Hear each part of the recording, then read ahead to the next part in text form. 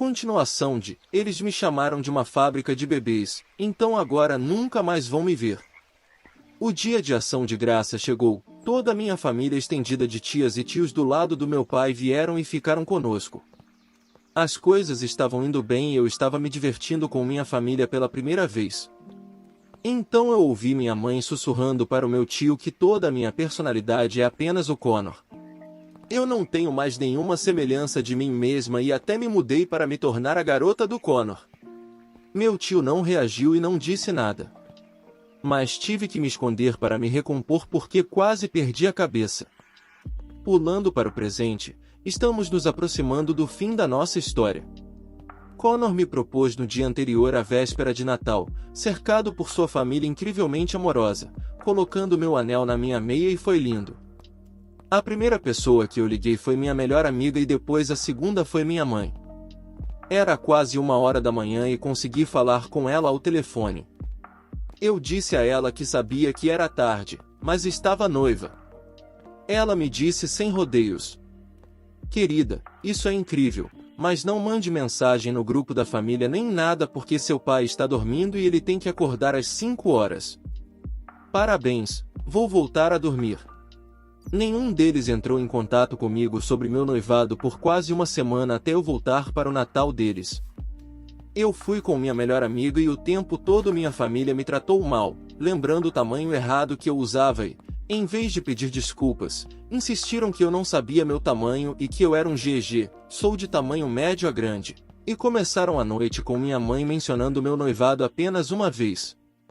Começou com minha mãe, de repente, no meio de tudo indo bem e todo mundo rindo, ela começa a rir e diz: "Ó, seu pai e seu amigo tiveram a coisa mais engraçada a dizer sobre o seu noivado. Pai, mostre a ela as mensagens." Meu pai apenas sorri e começa a rir, meus irmãos riem junto com eles. Meu pai diz: "Ó, Amir achou loucura que você estivesse noiva porque você é tão jovem." Pedi para ver as mensagens, talvez eu tenha entendido mal. Elas deviam ser engraçadas com base nas reações deles, porque aquilo definitivamente não foi engraçado. Especialmente quando minha melhor amiga estava sentada ali ouvindo. Se fosse algo, era embaraçoso. Eu li as mensagens e algo parecido com isso. "Amigo, cara, ela está noiva? Isso é loucura. Ela é muito jovem e está entrando nisso rápido demais. Pai, eu sei, estou chateado e lutando agora porque meus filhos estão se forçando a crescer agora quando não estão prontos e é difícil ficar lá e assistir eles fracassarem e não fazer nada sobre isso."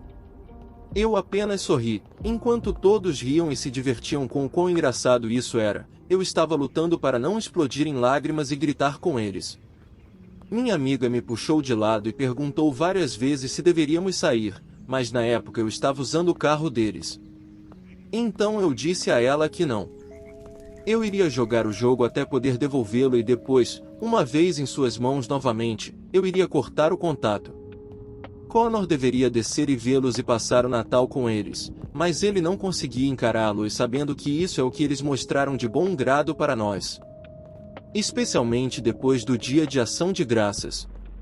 Depois disso, comprei um carro, meu primeiro carro que é todo meu.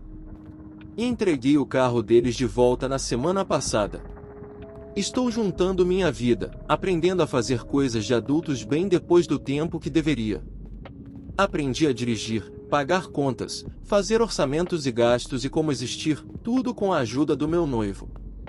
Tive que ensinar a mim mesma como gerenciar minha própria saúde mental com a ajuda do meu noivo e amigos. Estou cansada de inventar desculpas para precisar deles em minha vida. Não quero lidar com a vergonha do meu corpo, o comportamento elitista, o olhar para baixo para o Connor por qualquer motivo. Não aguento mais. Liguei para meu tio, o do dia de ação de graças, expliquei minhas decisões e ele imediatamente me disse que me apoia e que meus pais não sabem como nos tratar como adultos. Que eu não sou uma fracassada e que foi a primeira vez na minha vida que percebi que meus pais me condicionaram a pensar que eu era, de fato, uma fracassada. Então, mãe ou pai, ou qualquer pessoa da família. Se vocês encontrarem isso, Essas são as razões pelas quais bloqueei os números de todos e excluí o Messenger. Porque eu e o Connor temos nossas declarações e informações prontas para quando vocês enviarem um cheque de bem-estar social, diga-lhes para nos deixar em paz. Vou me casar e vocês não estarão lá. Não deixarei. Se eu tiver um filho, vocês não o verão. Não me importa o quanto vocês choram e me fazem sentir como se eu tivesse feito algo errado. Não sou uma pessoa ruim por estar com problemas, e as coisas que vocês me lembram foram coisas que eu fiz como uma criança drogada. Uma criança que vocês deveriam ter protegido e protegido meus irmãos. Quando eventualmente descobrirem que cortei o contato, por que não avisei antes que ia fazê-lo e simplesmente desapareci depois que o carro não estava mais em minhas mãos? Eles surtarão. Se algo memorável acontecer, atualizarei. A atualização. Olá novamente a todos, já faz cerca de um mês desde a minha festa de pena das 2 horas da manhã. Eu quero dizer obrigada pelo apoio esmagador que recebi na outra postagem. Gostaria de me desculpar pela confusão e comprimento da última postagem, eu estava no meio de um ataque de pânico e tinha estado ignorando ligações e mensagens deles por dias. Eu me sentia uma pessoa horrível e estava me fazendo duvidar de mim mesma para quase voltar a contatá-los novamente. Mas, para a atualização real, eu devolvi o carro deles e depois disso eu desapareci. Bloqueei todos os números de telefone da minha família, mas deixei meus irmãos desbloqueados e abertos em todas as redes sociais. Eu não queria que os números deles fossem usados para entrar em contato comigo, a menos que fosse por eles mesmos, e desde então os números deles foram desbloqueados. Meus pais não perceberam de imediato. Recebi uma mensagem da minha mãe dizendo ela estava tentando o máximo que podia, eu só estava me afastando e ela não sabe por quê. Talvez eu poste algumas capturas de tela das minhas conversas com eles em algum momento no futuro para que vocês possam se maravilhar com o quão egocêntricos eles agem. Foi principalmente minha mãe por um tempo, nada realmente do meu pai. Então, um dia, ela mandou uma mensagem dizendo que me daria espaço porque eu não estava falando com eles por algum motivo e depois disso ela cessou todo o contato. Ficou quieto por cerca de uma semana, depois meu pai começou a me ligar. Meu telefone me mostra a identificação do chamador e a hora em que ligou, mas bloqueei a ligação em si. Então, por cerca de uma semana, eu via quase todas as manhãs que havia perdido uma ligação dele. Depois ele começou a me mandar mensagens de texto e tentou usar a tática antiga de intimidação para me fazer falar com ele. Era principalmente só você melhor atender o telefone agora. Depois ele ligava várias vezes, mas finalmente mandou uma mensagem de texto há uma semana sendo enigmático sobre como eu não saberia das coisas até depois que acontecessem? E se eu fosse agir como uma criança? Essas eram as consequências. Eu meio que só revirei os olhos e não respondi. Acabei descobrindo depois de dar uma olhada rápida no chat em grupo da família que ele foi diagnosticado com uma síndrome do túnel do carpo bastante grave em ambas as mãos e uma lesão severa na região lombar que ainda não conseguiram descobrir. Ele também sofre de uma miríade de outras doenças no momento, mas ainda se força a trabalhar mais de 60 horas como carteiro, então não sei o que ele espera. Para ser sincera, isso pode me fazer uma pessoa ruim, mas eu realmente não me importei. Se fosse sobre meus irmãos, eu provavelmente teria pegado o telefone e estaria surtando. Mas eu não tenho muitos sentimentos além de ressentimento, confusão e raiva com meus pais.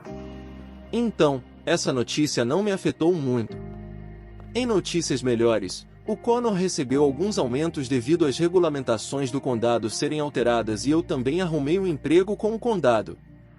Eu estarei passando para meu próprio seguro e finalmente conseguirei me mudar sem me preocupar com o contrato. Também descobri nessa época que meus pais haviam retirado 5 empréstimos diferentes em meu nome para pagar pela faculdade, variando de cerca de 12 mil. Eles não explicaram isso comigo em nada e aparentemente os pagaram todos nos últimos 3 anos. Então, eu tenho crédito quando pensei que não tinha, então ai.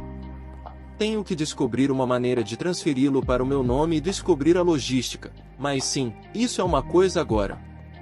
Meus irmãos não entraram em contato comigo, O do meio está incrivelmente irritado com meu comportamento e quer que eu entre em contato com minha mãe pelo menos.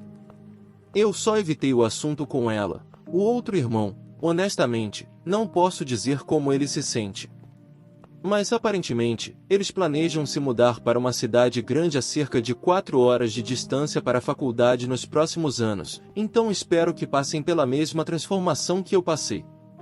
E isso é, basicamente isso.